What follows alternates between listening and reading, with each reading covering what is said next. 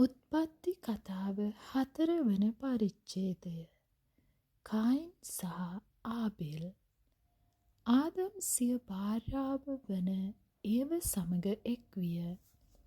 ඈ දරුවෙකු පිළිසිඳගෙන ඔහු උපන් කල සමිදානන් වහන්සේගේ උපකාරයෙන් මම මිනිසෙකු ලදිමි කීවාය. එබැවින් ඈ ඒ දරුවාට කායින් යන නම දුන්නාය. පසුව ඈ ඔහුගේ සොහොයුරු වූ ආබෙල්ද ලැබුවාය. ආබෙල් බැටළු එඬේරෙක් විය. කායින් ගොවියෙක් විය.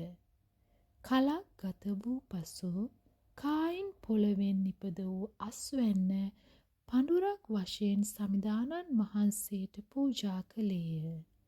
ආබෙල්ද සිය බැටළු රැළේ කුළුදුල් පැටවුන්ගෙන් සමහරෙකුද ඔහුගේ හොඳම කොටස්ද ගෙන සමිදානන් වහන්සේට පූජා කළේය. සමිදානන් වහන්සේද ආබෙල් සහ ඔහුගේ පඬුර සතුටින් පිළිගත් සේක. එහෙත් උන්වහන්සේ කායින් සහ ඔහුගේ පඬුර නොපිළිගත් සේක. එබැවින් කායින් තදින් කිපී දුර්මුඛ විය. සමිදානන් වහන්සේද කායින්ට කතා කොට නුඹ මෙතරම් කිපී දුර්මුඛ වී සිටින්නේ මන්ද? නුඹ යහපත කරන්නෙහි නම් නුඹ පිළිගනු ලබන්නෙහිය.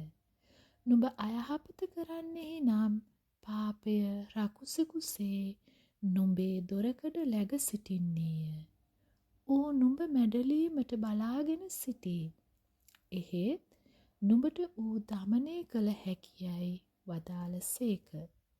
ඉක්බිති කායින් සිය සොයුරු ආබෙල් අමතා අපි එලිමහනේ කෙතට යමුයි කීය.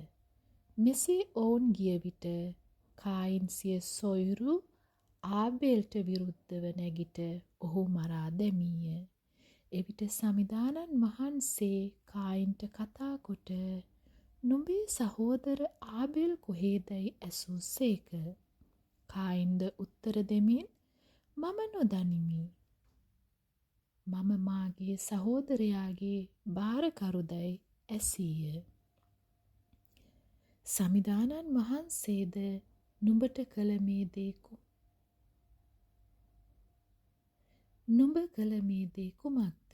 බලන්න, නුඹේ සහෝදරයාගේ ලේ පොළවෙන් මට මොරගසයි. මින් මතු නුඹ පොළොව තලය මත සාප ලද්දෙක් වේවා. නුඹ අතින් හෙළූ නුඹේ සහෝදරයාගේ ලේ උරා බීමට මෙන් පොළව කට අයාගෙන ඇත. එම පොළොවෙන් නුඹ නෙරපා දමනු ඇත. මෙතැන් සිට නුඹ බිම වගා කරන විට එය නුඹට ඵලදාව නොදෙන්නේය. නුඹට ගෙයක් දොරක් නැති මිහිපිට ඉබාගාතේ යන මිනිහෙක් වන්නේ යැයි වදාළ සේක. එවිට සමිදානන් වහන්සේට කතා කොට කායින් මාගේ දඬුවම දැරිය නොහැකි තරම් දරුණුය. ඔබ මෙදින මේ පොළොවෙන් මා නෙරපා දමන සේක. මා ඔබෙන් සැඟවී ගෙයක් දොරක් නැති මිහිපිට ඉබාගාතේ යන්නෙකු විය යුතුය. මා හමුවට එන කවරෙක් වේවා මා මරා දමනු ඇතැයි කීය. එහෙත් සමිදානන් වහන්සේ උත්තර දෙමින් එසේ නොවනු ඇත. යම් කෙනෙක් කායින් මැරුවොත් ඔහුගෙන් එමෙන් සත් වරක් දරුණු ලෙස පලිගනු ලබන්නේ යැයි වදාළ සේක. එවිට සමිදානන් වහන්සේද යමෙකු කායින් මුණ ගැසුනොත් කායින් නොමරණ පිණිස ඔහු පිට ලකුණක් තැබූ සේක. එවිට කායින් සමිදානන් වහන්සේ වෙතින් අහක්ව ගොස් ඒදන් උයනට පෙරදිගින් පිහිටි නොද් ප්‍රදේශයේ ජීවත් විය. කායින්ගේ පෙළපත. කායින් සිය භාර්යාව සමග එක් විය. ඈ පිළිසිඳ ඒනොක් නම් දරුවා ලැබුවාය. කායින්ද නුවරක් ඉදිකර තම පුත්‍රයාගේ නාමය අනුව ඊට ඒනොක් යයි නම් තැබීය. ඒනොක්ට ඊරාත් නම් පුතෙක් උපන්නේය. ඊරාත්ට දාව මෙහුයායෙල්ද, මෙහුයායෙල්ට දාව මෙතුෂායෙල්ද, මෙතුෂායෙල්ට දාව ලාමෙක්ද උපන්නෝය. ලාමෙක් ස්ත්‍රීන් දෙදෙනෙකු සරණ පාවා ගත්තේය. එක් කෙනෙකුගේ නම ආදාය. අනෙක් තැනැත්තිය ශිල්ලාය. ආදා ජාබල් ලැබුවාය. මොහු කූඩාරම්වල වසන ගොපල්ලන්ගේ ආදිපියාය. මොහුගේ සහෝදරයාගේ නම ජුබාල්ය. ඔහු වීණා වයන නලා පිඹින සියලු සංගීතකරුවන්ගේ ආදිපියාය. ශිල්ලාටද තුබල් කායින් උපන්නේය. මොහු ලෝකඩ සහ යකඩ උපකරණ සාධන සියලු ලෝකුරුවන්ගේ ආදිපියාය. තුබල් කායින්ගේ සහෝදරී නාමාය.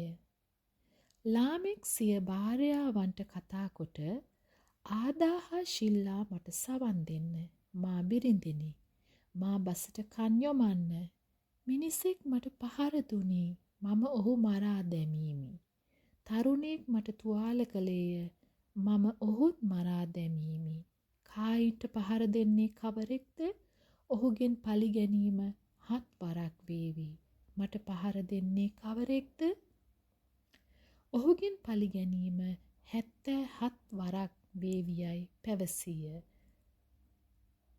සෙත්ගේ පෙළපත. ආදම්ද යලි සිය භාර්යාව සමග එක් විය. ඈ පුතෙකු ලැබූ කල කායින් මැරූ ආබෙල් වෙනුවට දෙවියන් වහන්සේ ඔහුට පුතෙකු දුන් සේකැයි කීවාය. එබැවින් ඈ ඔහුට සෙත් යන නාමය තැබුවාය. සෙත්ටද පුතෙක් උපන්නේය. ඔහු ඒනොෂ් යන නාමය ඔහුට තැබීය. මනුෂ්‍යයන් යාවේ හෙවත් සමිදානන් වහන්සේ කියා උන්වහන්සේට පළමුවරට නමස්කාර කරන්නට පටන් ගත්තේ ඒ කාලයේය. දෙවියන් වහන්සේගේ වචනය මෙසේය.